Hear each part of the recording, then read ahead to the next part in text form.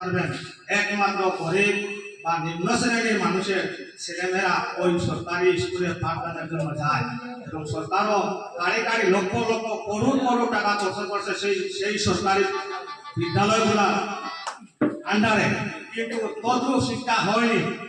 আপনারা চিন্তা করতে পারবেন সরকারি স্কুলগুলা এলপি স্কুলে ক্লাস 3য় শ্রেণীর যে বাচ্চা পড়ছে তাকে যদি আপনি বলেন ওই 3য় শ্রেণীর বাচ্চাটা ওই বাচ্চাটা তৃতীয় বানান লিখতে পারবে না। আমার মনে হয় প্রত্যেক বাচ্চা লিখতে পারবে না। মিড ডে মিলের উদ্দেশ্যে খিচুড়ি ছাড়া ডাইল আর পোলাও খাওয়ার জন্য ওই স্কুলে যায়নি।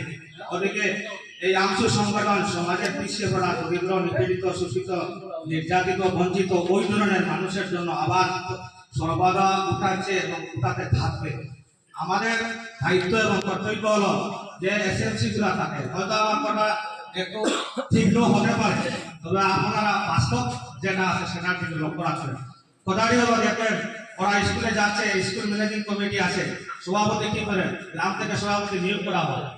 এই সভাপতি নিয়োগ করার মাধ্যমে আর চাউল ডাই কুকুরে খাইতো আর পোলাও খাইতো ছানা খাইতো তো স্কুলে যায় না। 3য় শ্রেণীর বাচ্চা ক্লাস 3য় শ্রেণীতে পড়ছে, 3য় বানান হয়তো 30টা বাচ্চা থাকলে 5টাও লিখতে পারবে না। যাদের অভিভাবক একটু সচেতন থাকবে, যাদের ঘরে মোটামুটি শিক্ষার আলো আছে, ও মা বাবা ওদেরকে মোটামুটি একটা পাঠদান দিবেন, ওরা লিখতে পারে। এর বাইরে কেহ হয়তো বাচ্চারা লিখতে পারবে না। এর মূল কারণ হচ্ছে এই mid day meal. Mid day মিলের 100% বাড়াবাড়ি করিয়া পড়াশোনা শেষ লাগে দিয়া প্রেসিডেন্ট সাহেব মাস শেষে ভিতর খাদ্য সাইন করলা তাই না ঘোরাঘুরি ফাইলা